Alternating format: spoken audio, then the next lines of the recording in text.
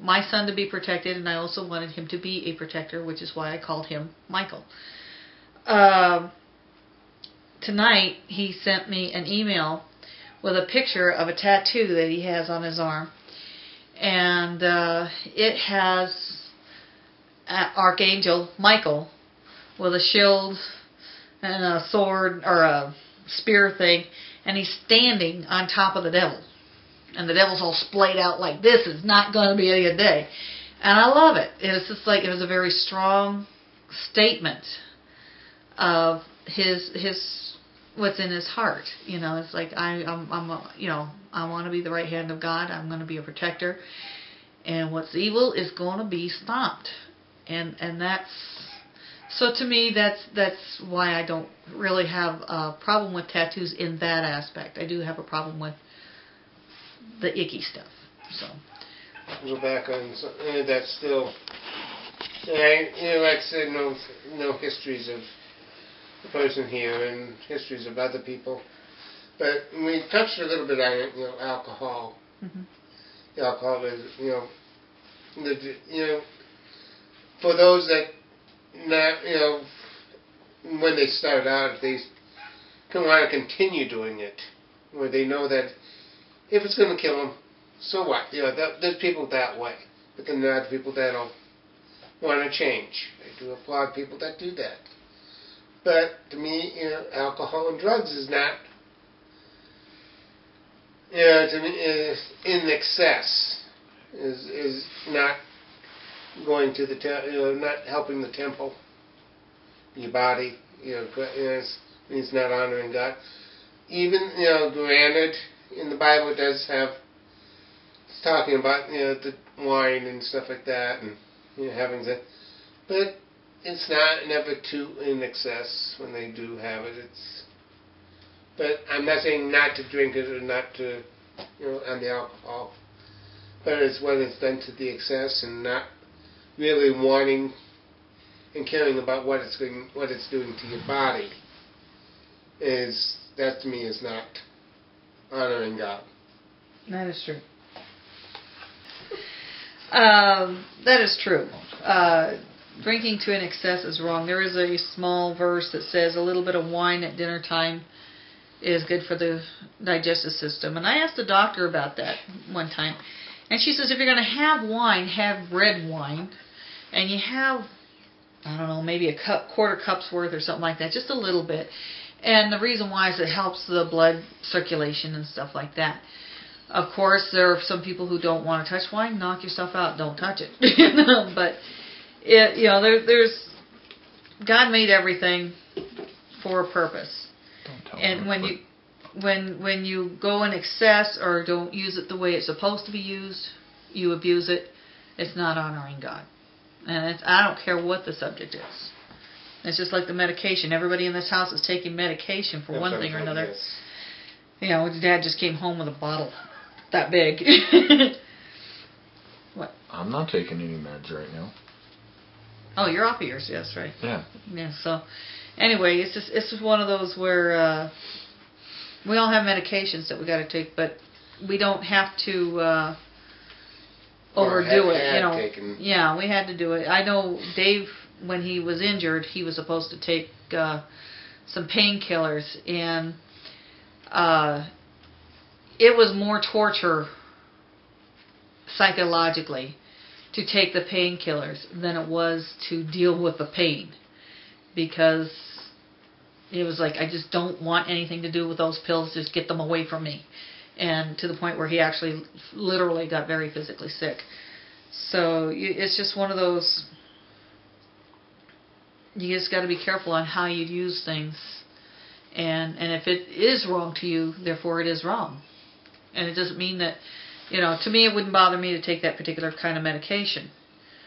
But for David, as far as it was worse than sin, so therefore he didn't take it. So that's the way it is. Okay, on to the next one. God cares about your body. He does? He does. Shocking. I know, especially this one. So mine's kind of big. He's got a lot to care about because I got a lot of me. So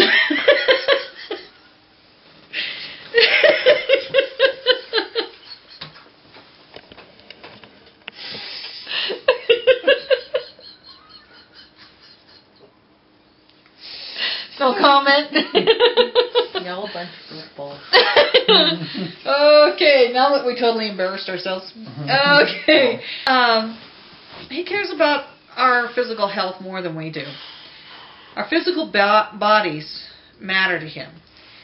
He's proven this concern with our bodies time and time again throughout the Bible. In Genesis, he molds and shapes the body out of dust from the earth and breathes life into us. All the rest of creation was made through his spoken word, but we were made with his hands. So we're special. I don't know what's the phrase I want to go there. Jesus taught that God provides all our physical needs. God feeds the birds and clothes the flowers and much more. And how much more will he provide us? On that aspect, I had a lesson to myself on that one. Some years ago, I was in a car accident. I was in a rollover accident with my son Michael. And I was injured so badly that I had a head injury, and along with everything else. And I couldn't, my memory was gone. My speech was up the pits. I was lucky to be able to walk and talk and read and write. It took a lot of effort. And I remember we were staying at my mom and dad's place, which I call the healing place, God's healing place. And I was sitting there looking out on the lake. You can see a lake right outside their back door. And I was sitting over it, and I was watching it, and I was like, God, what am I going to do? Because I can't take care of my family. I can't take care of me. I can't, I obviously can't go back to work if I'm like this. And God reminded me in his way that he'll take care of me.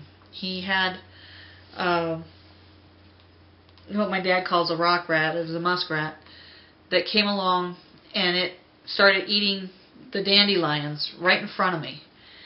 And then there was a family of deer, mommy, daddy, and a brand new baby, just had to be just born. It could barely make its steps. And mom and dad were very gently encouraging the baby to walk down and get some water and stuff. And squirrels getting into everything, and a couple of ducks, and that's just life going on. And I started thinking, I started remembering that verse about how God said, or Jesus said that God takes care of these. What makes you think he's not going to take care of you? And he's going to do better. And several years later, granted I'm not 100%, but I'm a whole lot better than I was. Jesus provided the value of our human bodies by taking one on himself. He felt the cold. He knew the hunger. He knew pain. He also felt the embrace of a friend, the sunshine against his face, the taste of a good meal. And God chose to have his son and come down in a human body. It's like, what does that speak about Jesus? What about God? It's like,